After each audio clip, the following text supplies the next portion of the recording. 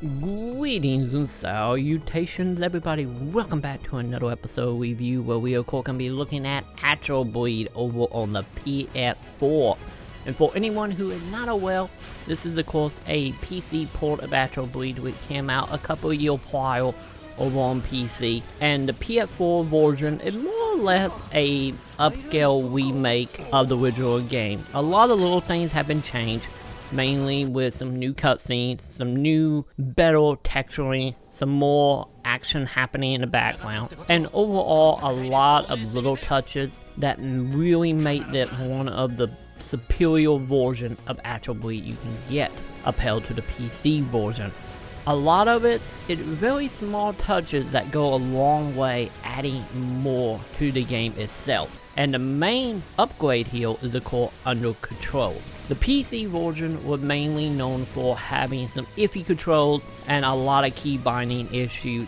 And of course the PS4 pretty much rectified all that in one clean swoop. But you do have the ability to flip back to the original PC version if you're interested in actually trying out the controls. And honestly, does make the game a lot harder. On the rearranged side of the HD remake here is of course the combat is a little more cleaner and honestly have become a little bit more easier. The game is not hard by any means, especially in a range mode, but it does have a few bosses near the end of the game where the difficulty fight go up dramatically and really will test your skill as a mech pilot in this board held shmup.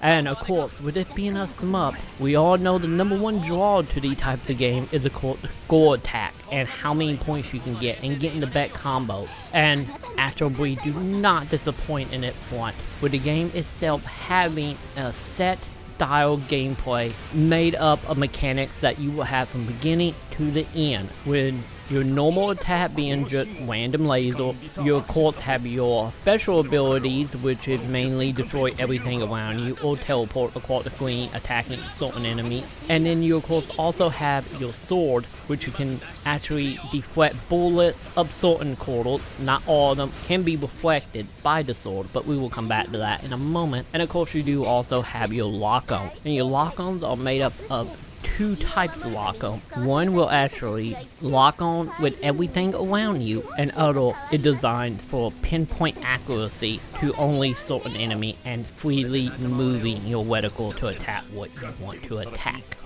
But coming back to the sword now, is of course, the sword is extremely overpowered and will make the game a lot easier for you, especially since, like I stated, it has the ability to suck up certain ammo, which in return will level up your superpowers that you have in your mech. But it comes down to one thing here. It makes the game easier, but actually hurts you in the long run if you are gore chasing here. Since every time you use your sword, you might get a bonus to your ultra ability, but your multiplier will actually go down. And the multiplier as well will go down whenever you're not actually killing things.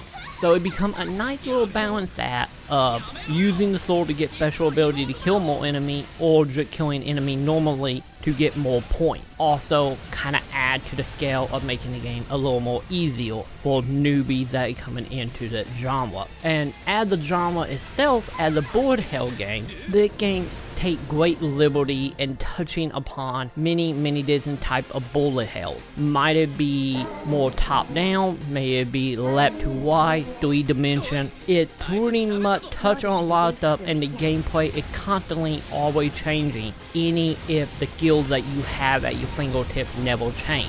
And in return, it keeps the combat really fresh and interesting, and really adds lots of point and odd to just admire what the game itself is doing with how it handles bosses and the scale of combat. But on the downside of this is of course the game itself is not that long by any means. You're looking at maybe an hour at most your full playthrough, depending on difficult setting you're playing on, because you only have easy and normal to start off, but you do a lot more difficult setting as you beat higher version of the setting.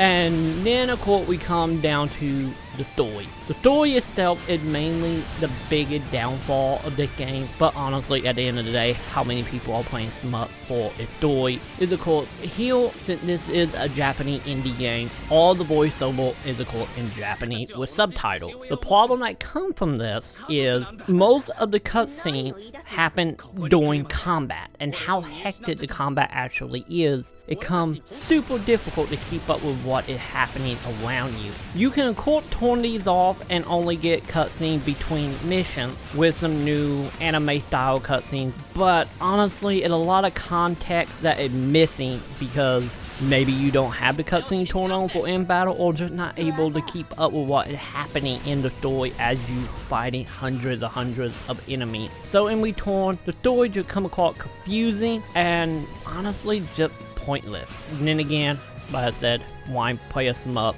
if you are playing it for the story? The main reason to play the game is, of course, the score attack, which you have plenty of options, might be chasing Flynn, Global, and so on. So deep down, Astebreed is great at what it does, but if you're not a fan of these styles of game, you might not get as much enjoyment out of it than you would if you are in-depth into what the genre is. With that said though, if you love bullet hell and Smut, this is an absolute game to check out, and honestly feel like a love letter in a lot of ways to what the type of game is. So overall, I give Astebreed on the PS4 a 4 out of 5.